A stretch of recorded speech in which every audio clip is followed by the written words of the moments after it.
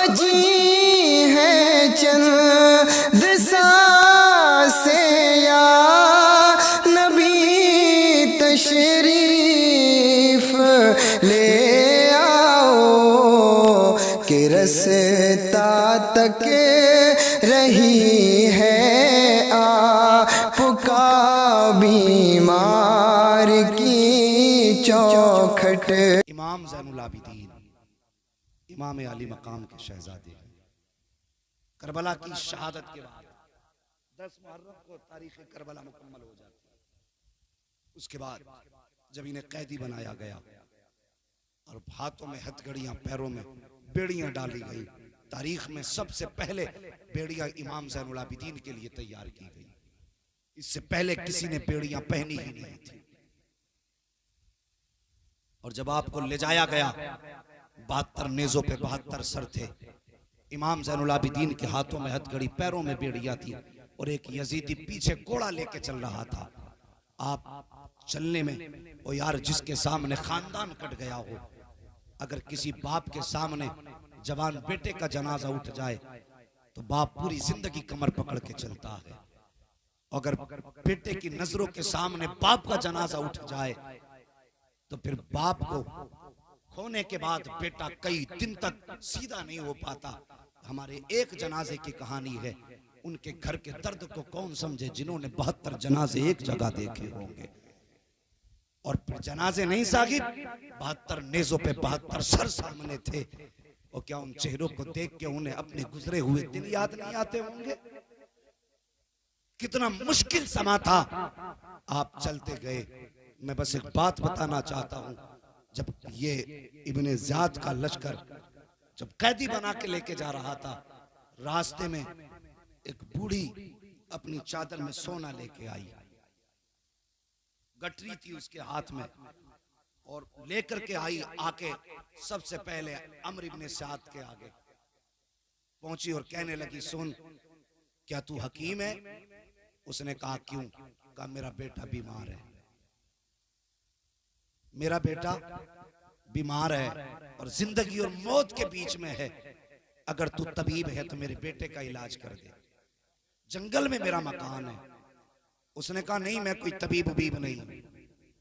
मजाक के तौर पे इमाम ज़ैनुल आबिदीन की तरफ देखा, देख के कहने लगा कि हम तो तबीब नहीं है, लेकिन ये जो आ रहा है ना, जिसके हाथों में हथकड़ी है, जा ये तेरे बेटे को ठीक कर दे।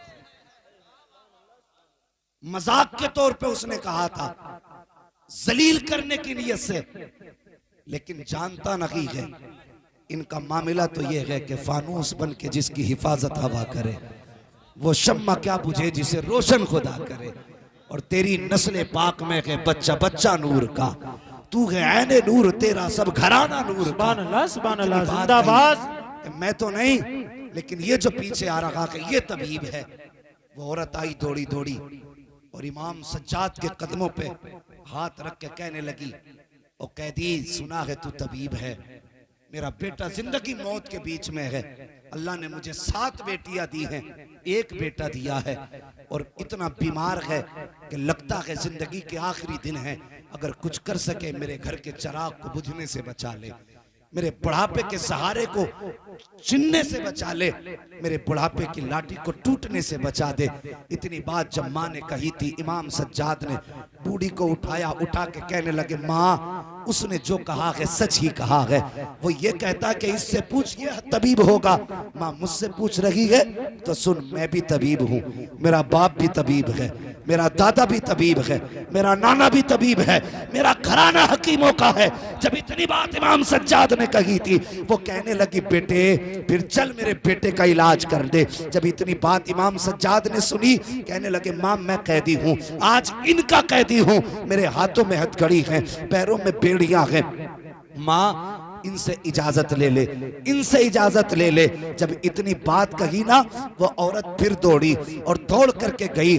जाकर के उसने अम्र इब्ने साद से कहा कि जो चाहे कीमत ले ले, लेकिन ये कैदी मेरे साथ भेज दे, ये कैदी मेरे साथ भेज दे। जब इतनी बात उस बूढ़ी ने कही है, उसने कहा था क्या देगी? उसने कहा ये मेरी 7 बेटियों का जेवर है। बहनों ने अपना जेवर दे दिया इकट्ठा करके। कहा माँ ये सारी दौलत ले जा और ऐसा तबीब ढूंढ के ला जो हमारे भाई की जिंदगी बचा सके, जो हमारे भाई की जान बचा सके। आज बहन का फोन आ जाए पैसों के लिए, भाई मोबाइल बंद कर लेते हैं। बहन अस्पताल चली जाए, बच्चों के हाथ में मोबाइल दे दिया जाता है। ये सोच करके अगर बात कर ली तो पैसे देने पड़ेंगे, अगर बात कर ली तो जाना पड़ जाएगा। और यार तू कैसा भाई है, ये बहनों का प्यार देख, सारा जेवर उतारा। कहा माँ ये सारा जेवर ले जा और ऐसा तबीब ला दे जो हमारे भाई की जिंदगी बचा सके। अम्र इब्ने साद से माँ ने कहा था ले मेरी 7 बेटियों का जेवर है, ये सब तुझे देती हूँ, ये तबीब मुझे दे दे। जब इतनी बात कही थी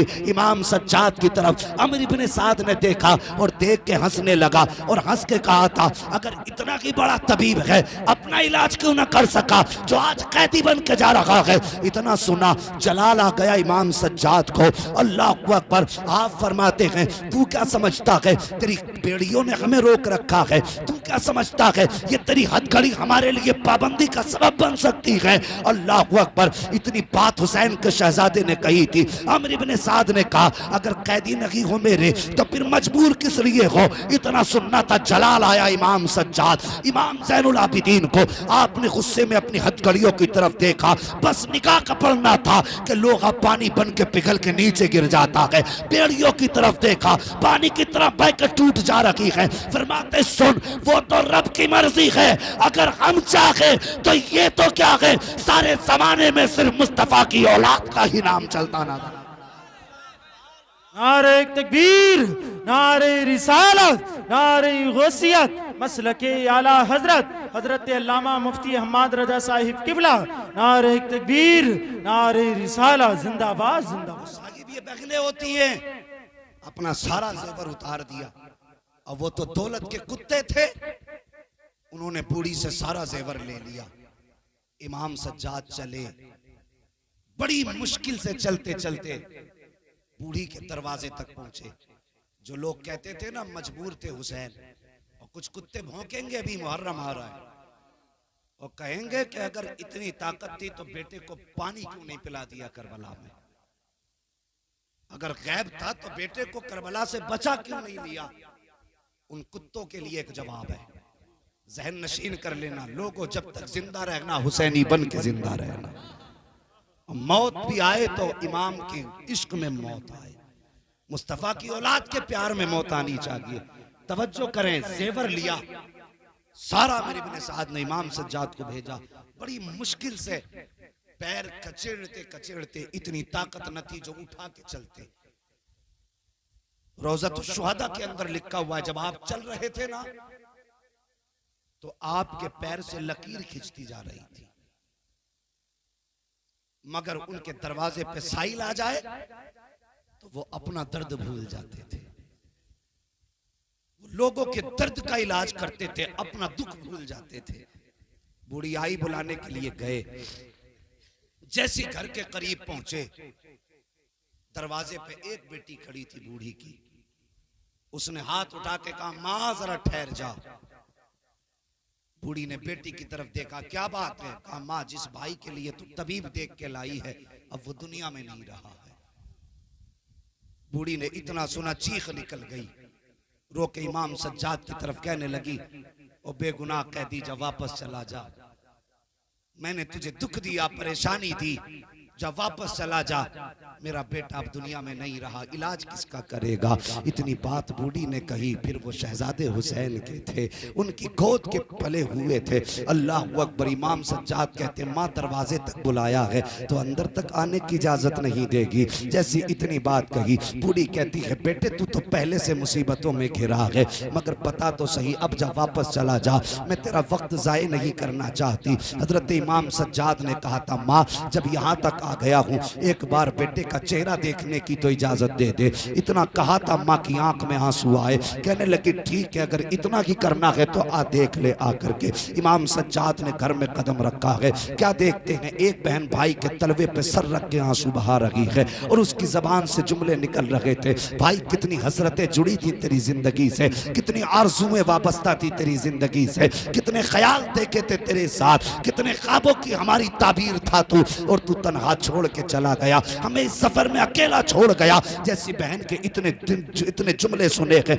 इमाम सज्जाद ने रुख किया है मदीने की तरफ, रोना शुरू कर देते हैं, आंख में आंसू आ गए। बूढ़ी कहने लगी कि बेटे मैंने कोई तकलीफ ना दी, तुझे कोई दुख न दिया, आज मेरे दरवाजे पे आके क्यों रोया? आप फरमाते हैं जब मैंने इस बहन को रोते हुए देखा है तो मुझे मदीने में रहने वाली अकबर की बहन की याद आ गई है, मुझे मुस्तफा के नवासे की शहजादी सुगरा की याद आ गई है। जब इसको अपना भाई इतना प्यारा है तो फिर सुगरा को अकबर कितना प्यारा रहा होगा, का उसकी याद ने रुला दिया है। अल्लाह अकबर इतना कहा है, जब बहन को रोते देखा है, इमाम सज्जाद इमाम ज़ैनुल आबिदीन आगे बढ़े हैं, बढ़ने के बाद भाई के पैरों की तरफ से कपड़ा हटाया, पैर का अंगूठा पकड़ा और पकड़ के हिलाया, फरमाते नादान, भाई बहनों को रुलाया नहीं करते बल्कि रोती हुई बहनों को हंसाया करते हैं। इतना कहना था, जवान उठ के बैठ जाता है, उठ के जवान बैठा है। माँ ने इमाम के कदम पकड़े, कहने लगी बेटे बता तो सही तू कौन है, कहाँ का रहने वाला है?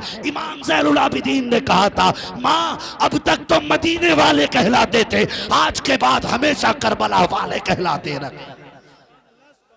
अल्लाह अकबर। इमाम सज्जाद ने इतनी बात कही और फिर अगली बात सुनो, अपने नबी के घराने की शान देखो और मुंह पे तमाचे मारना उनके जो तुम्हें सीना कूटते हुए मिले, हाँ जबड़े तोड़ देना उनके जो तुम्हें मातम करते हुए मिले, और जो उनकी मजबूरी का तस्करा करें, जो उन्हें मुफलिस बताएं, गले काट दो उनके, इसलिए कि तेरी जबान में वो ताकत नहीं जो हमारे सामने तो मुस्तफा की औलाद के खिलाफ भौंक सके। ताकत देख नबी के बेटे की। जब इतनी बात हुई, बेटा जिंदा हो गया, आपने फरमाया माँ सोना कितना था? का सारी बेटियों का जेवर था। आप फरमाते जा दामन में मिट्टी भर के ला, गई मिट्टी भर के लाई दुपट्टे में। इमाम सज्जाद ने यूं हाथ लगाया, कहा माँ खोल के देख। जब खोल के देखा तो धड़ियों के हिसाब से सोना बन चुका था, सोना बन चुका था। माँ ने इतना देखा, सोना बन गया। कहा माँ बेटा भी मिल गया? हाँ मिल गया। सोना भी मिल गया? कहा हाँ मिल गया। कहा अब इजाजत दे मुझे जाने की। इमाम सज्जाद चलने लगे, बूढ़ी ने तोड़ करके दामन पकड़ा, कहा मेरे मेहरबान जरा ठहर तो सही, मुझे एक बात तो बता के चला जा। कहा कौन सी बात है? कहा बेटे बता तो सही, वो जो 72 नेज़ों पे 72 सर थे वो किसके थे? इमाम ज़ैनुल आबिदीन की आंख में आंसू आए, कहने लगे माँ वो मेरे खानदान के सर थे, मेरे दोस्तों अहबाब के सर थे, मेरे घर के भाइयों के सर थे, मेरे बाप का सर भी उसमें था, मेरे चचाओं के सर भी उसमें थे। अल्लाह अकबर। जब इतनी बात कही, बूढ़ी कहती है बेटे मेरा एक था तो तूने जिंदा कर दिया है, तेरे 72 थे जिंदा क्यों ना कर सका? जरा बता तो सही, तूने एक मेरा जिंदा कर दिया, अपने 72 क्यों ना जिंदा कर सका? इतनी बात बूढ़ी ने कही थी। तब इमाम सज्जाद ने कहा था माँ तुझे कैसे बताऊं, इसका जवाब यहाँ नहीं, वहां चल मेरे साथ जहां 72 नेज़े पर 72 सर है। बूढ़ी आई है, कहा यहाँ जवाब मिलेगा? कहा हाँ। उस जगह पे आए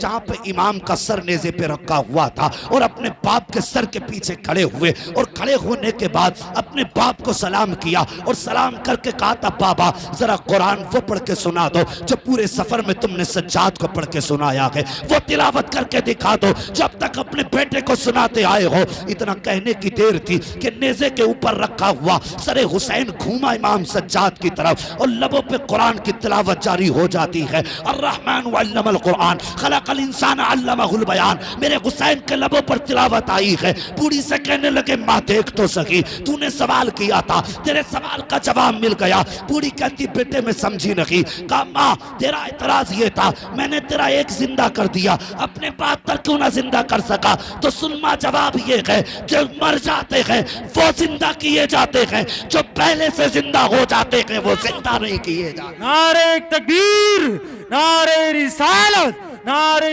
गौसियत, मसलके आला हजरत, फैजाने आला हजरत, हजरत अल्लामा मुफ्ती हम्माद रजा साहिब किबला, नारे हैदरी। अल्लाह सलामत रखे यार, ये रिश्ते हैं, बहनों के भाइयों से सारे जेवर उतार के दे दिए। वो आज बंदे को कुछ लगता ही नहीं, उसकी तकलीफ में फोन बंद कर लेता है।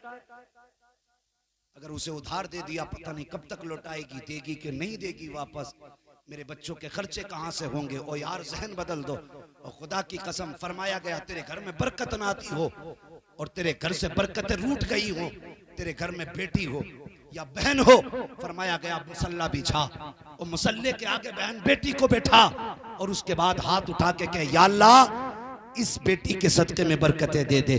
फरमाया गया कि अगर तू उनको आगे बैठा के कहेगा या अल्लाह मेरी बेटी के सदके में रिज़्क उतार दे, मेरी बहन के सदके में रिज़्क उतार दे, उलमा फरमाते हाथ नीचे बाद में आते गए, दुआएं पहले कबूल हो जाया करती है।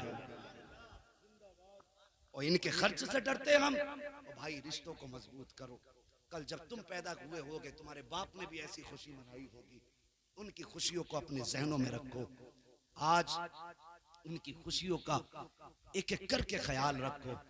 ये नहीं वो बीमार हो तभी दवा दिलाई जाए, अगर वो ठीक भी है, तू मार्केट से आ रहा है, तुझे अल्लाह ने ताकत दी है, कुव्वत दी है, पैसा दिया है, याद कर तेरे बाप को जवानी में क्या पसंद था खाने में, अब बुढ़ापे में क्या पसंद है, 10-20 रुपए की वो चीज ले थैले में रख ले। मैं ये नहीं कहता अपने बच्चों को ना खिला, अपनी बीवी को ना खिला, तुम अपनी बीवी बच्चों के खूब शौक पूरे करो, अल्लाह करे तुम्हारी नस्लें शादो आबाद रहे, इससे एतराज नहीं। लेकिन सिर्फ इतना कहता हूं अगर 100 रुपए बीवी बच्चे पे खर्च करते हो तो 10 रुपए माँ बाप पे भी खर्च कर लिया करो। और जहां तक औरतों तक मेरी आवाज जा रही है उनसे मेरी गुजारिश है अपने शोहरों को मजबूर मत करना उनके माँ बाप से बगावत करने पर, वरना याद रख अगर उनकी बद्दुआ लग गई तो तेरे शोहर की जिंदगी का सुख चैन तो जाएगा जाएगा, लेकिन तू भी आबाद नहीं रह सकती है। आज तू इस घर में बहू बन के आई है, कल एक दिन तेरे आगे औलाद होगी। खुदारा अगर आपके शोहर माँ बाप के खिलाफ चलते हो उसे बैठा हाथ में और समझा मेरे सरताज मेरी जन्नत तेरे कदमों में है, तेरी जन्नत तेरे माँ बाप के कदमों में है, मैं अपनी जन्नत का ख्याल रखूंगी, तू अपनी जन्नत का ख्याल कर। ऐसे रात को बैठा और तेरे शौहर ने तेरी बात मान ली, माँ की खिदमत कर ली, माँ के दिल से दुआ निकल गई ना, और खुदा की कसम तेरी उम्र कितनी है, अल्लाह इतना देगा कि तेरी 7 पुश्तों से खाया नहीं जा सकता। हाँ तो अपने शौहरों को आमादा मत करना सास ससुर के खिलाफ, रिश्तों में तोड़ पैदा ना करो। फरमाया गया सिल मन कता का, जो तुमसे रिश्ता तोड़े तुम उससे रिश्ता जोड़ो। और फरमाया गया मेरे नबी ने फरमाया जो रिश्ते किसी भी रिश्तेदार से रिश्ता तोड़ेगा बिना वजह शरीक तो उसको जन्नत में नहीं दाखिला दिया जाएगा, वो जन्नत में नहीं जा सकता, उसे पहले सजा भुगतनी पड़ेगी। ओ भाई रिश्तों की कदर करो, अपनों की कदर करो, ये नसीबों से रिश्ते मिलते हैं, चाहे वो बाप का रिश्ता हो, बेटे का रिश्ता हो, भाई का रिश्ता हो। अगर हम में से किसी ने माँ बाप को नाराज कर दिया है, मेहरबानी करना अभी उठ के जाना और जाके माँ के कदम पकड़ लेना। कितनी भी बड़ी तुमने गलती की होगी, अल्लाह ने माँ के सीने में वो दिल रखा है, तेरे पैरों से लगने की देर होगी और झांक के देखना माँ की आंखें पहले बरस रही होंगी और तू कहेगा ना माँ माफ कर दे, माँ कहेगी बेटे तूने आने में देर कर दी है, मैंने माफ करने में देर नहीं की है। बाप से नाराजी है, जाके बैठ जाना, पैर दबाना शुरू कर देना, तुझे आधी रात में बाप बेटा बैठा देखेगा, हाथ रख के कहेगा बेटे जाग क्यों रहा, कहना अब्बा दिल नहीं लगता, जब से तू रूठा है ऐसा लगता है रब की रहमतें रूठ गई है, इतना कह देना। और फिर वो कहेगा बेटे मैं तो कई दिन से सोच रहा था तू कब आए, तू कब आए, लेकिन तू ही तो नजरें बचा के चलता रहा। वो यार हम ही दुख देते हैं बाप को और उल्टा बाप हमसे गिले करता है, कहता बेटे मैं तो तेरा इंतजार कर रहा था।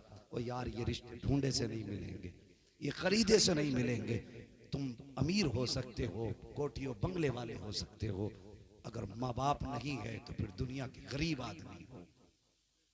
सबसे अमीर वो है अभी जिसके सर पे माँ की ममता का आंचल भी है, बाप की शफकतों का हाथ भी है। अल्लाह ने ये रिश्ते दिए हैं तो कदर कर लो, अगर चले गए हैं तो सुबह कब्रिस्तान जाना, जो तुम्हें आता हो हाथ उठाना, पढ़ना और कहना या अल्लाह जो मैंने पढ़ा है इसका सवाब मेरे माँ या बाप की रूह को अता फरमा दे।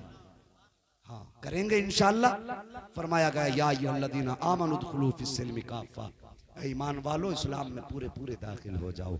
अपनी वज़ा भी इस्लामी हो, कता भी इस्लामी हो, अपना ज़ाहिर भी इस्लामी हो, बातिन भी इस्लामी हो, अपने ज़ाब्ते भी इस्लामी हो। ऐसा नहीं बेटा अल्लाह ने दिया अगर राजी शैतान को करने लग जाओ।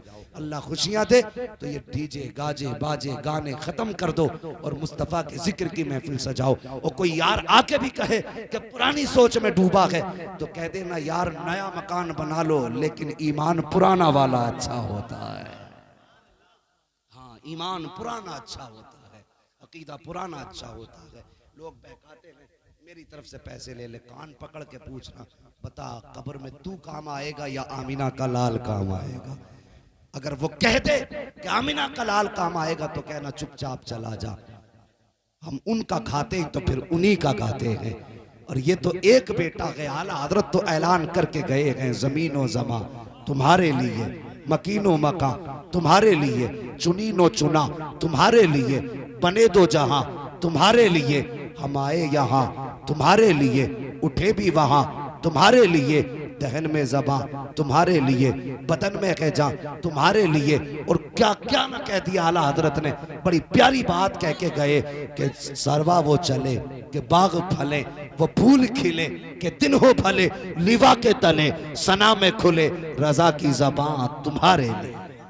हाँ जी हमारा तो सब कुछ मुस्तफ़ा के लिए है, बस जो हुए अगलात उनको माफ़ फरमाए रब्बे कायनात। जिंदगी ने दिया साथ तो फिर होगी मुलाकात, चमन रहा फूल खिलेंगे, जिंदगी रही फिर मिलेंगे, मुसाफिर हैं हम भी मुसाफिर हो तुम भी, किसी मोड़ पर फिर मुलाकात होगी। फ़कीरान आए सदा कर चले, सदा खुश रहो ये दुआ कर चले। सारे लोग कलमा शरीफ पढ़ लीजिए, ला इलाहा। जी मैंने आपको थकाया नहीं, ये कह के कहो सुभान अल्लाह। जो भी बंदा बोला अपनी मोहब्बत से बोला है, जिसको जितना इश्क था उतनी जोर से वो बोला। लेकिन आखिर में इतना जरूर कहूंगा, औरतों को छोड़ के हर मर्द इतनी जोर से कलमा पढ़े कि उलमा के कानों तक उसकी आवाज आ जाए। और सिर्फ यही तक नहीं बल्कि ये आवाज यहाँ से सीधी उठे गुंबदे खजरा का तवाफ करने लग जाए। इतनी जोर से कलमा पढ़ना, पढ़िए ला इलाहा